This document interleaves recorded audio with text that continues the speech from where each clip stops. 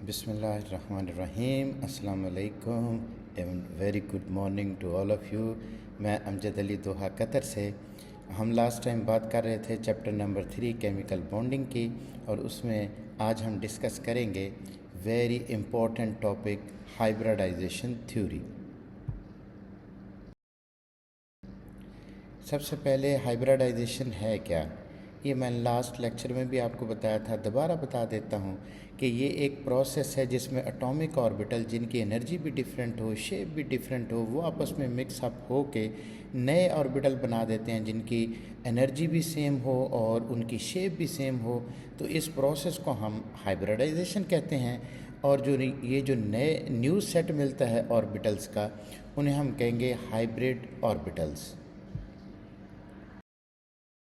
अब इसकी टाइप्स हैं हाइब्रिडाइजेशन की, 3 टाइप्स हैं। वैसे तो 3 से ज़्यादा हैं, लेकिन यहाँ 11 ग्रेड की बुक में 3 ही फ़िलहाल डिस्कस हुई हैं, तो हम 1 बाय 1 उनकी बात कर लेते हैं। आज के लिए हम सिर्फ sp3 हाइब्रिडाइजेशन की बात करेंगे, बाकी इंशाल्लाह नेक्स्ट लेक्चर में दूसरी टाइप्स की बात करेंगे।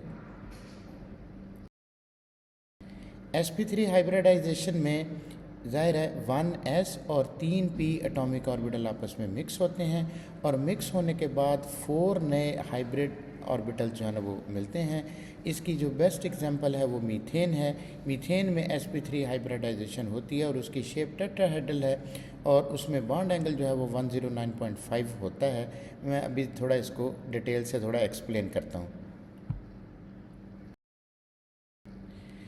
अगर मैं इसको अब देखें तो सबसे पहले आपको जो सेंट्रल एटम है कार्बन, उसकी इलेक्ट्रॉनिक कॉन्फ़िगरेशन लिखनी चाहिए ग्राउंड स्टेट में। ग्राउंड स्टेट में जब हम उसकी इलेक्ट्रॉनिक कॉन्फ़िगरेशन लिखते हैं तो उसमें 2p जो ऑर्बिटल्स है उसमें सिर्फ 2 वैलेंस इलेक्ट्रॉन है, और नीचे जो 2s है उसमें पेयर्ड इलेक्ट्रॉन है। इसके बाद एक्साइटेड स्टेट आएगी। एक्साइटेड स्टेट में ये होगा कि यहाँ जो ये जो 2s है उसमें से जो 2 इलेक्ट्रॉन हैं उनमें से एक जंप करके ऊपर वाले 2p में चला जाएगा।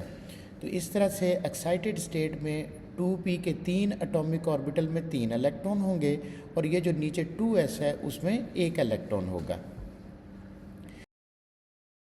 उसके बाद हाइब्रिड स्टेट आएगी। हाइब्रिड स्टेट में ये होगा कि ये जो 2s है और 3p एटॉमिक ऑर्बिटल वो आपस में मिक्सअप होने के बाद वो बना देंगे हाइब्रिड स्टेट, यानी 4 नए एटॉमिक ऑर्बिटल्स आपको मिलेंगे जो होंगे sp3 हाइब्रिडाइज्ड एटॉमिक ऑर्बिटल।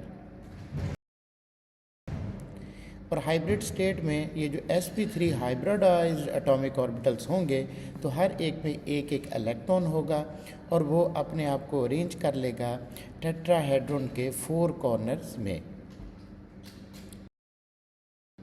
ये आप देख रहे हैं कि कैसे आपस में ये ओवरलैप हो रहे हैं। sp3 और s, हाइड्रोजन का s और sp3 आपस में ओवरलैपिंग कर लेंगे, और इसी तरह से sp3 आपस में वो भी लीनियर ओवरलैपिंग करेंगे, लिहाजा ये सारे होंगे सिग्मा बॉन्ड। तो इसमें मीथेन में सब के सब जो हैं वो 4 के 4 सिग्मा बॉन्ड बनेंगे। यहाँ पर उस शेप को ड्रा करके आपको दिखाया गया है। आपको इस तरह से ड्रा करना है, प्रॉपर शेप ड्रा करनी है, टेट्राहेड्रल शेप, जिसमें आपको ओवरलैपिंग भी बतानी है sp3 और s यानी हाइड्रोजन का। तो इस तरह से 4 ओवरलैपिंग है, 4 जो है ना वो सिग्मा बॉन्ड बन जाते हैं। sp3 hybridization and bonding in ethane, ये एक और एग्जांपल है ईथेन की।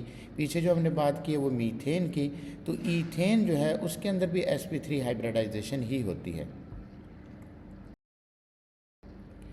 इथेन के स्ट्रक्चर की बात करें तो अब मैं वो रिपीट नहीं कर रहा कि आपको वैसे तो शुरू उसी तरह से करना है कि पहले जो सेंट्रल एटम है यानी कार्बन, उसकी ग्राउंड स्टेट लिखनी है, electronic configuration in ground state, फिर आपको उसकी लिखनी है एक्साइटेड स्टेट, फिर उसी तरह से हाइब्रिड स्टेट।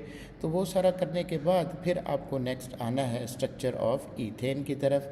यहाँ स्ट्रक्चर मैंने शो कर दिया है, और यहाँ भी एक जो कार्बन है वो टेट्राहेड्रल ज्योमेट्री ही उसकी होगी। In phase of overlapping of half-filled sp3 hybrid orbitals of one carbon with half-filled sp3 hybrid orbitals of another, तो ये sp3 पहले आपस में ओवरलेप करेंगे और दरमियान में जो बॉन्ड बनेगा वो सिग्मा बॉन्ड होगा। अब आपने देख लिया कैसे ओवरलेपिंग हुई है। तो ओवरलेपिंग होने के बाद, क्योंकि ये लीनियर ओवरलेपिंग है, तो दरमियान में कार्बन कार्बन के दरमियान सिग्मा बॉन्ड ही बनेगा और बाकी जो 3 हैं यानी sp3 और हाइड्रोजन का s वो भी सिग्मा बॉन्ड बनेंगे। तो इस तरह से यहाँ पर 3 और 3 4 5 सिग्मा बॉन्ड बने हैं।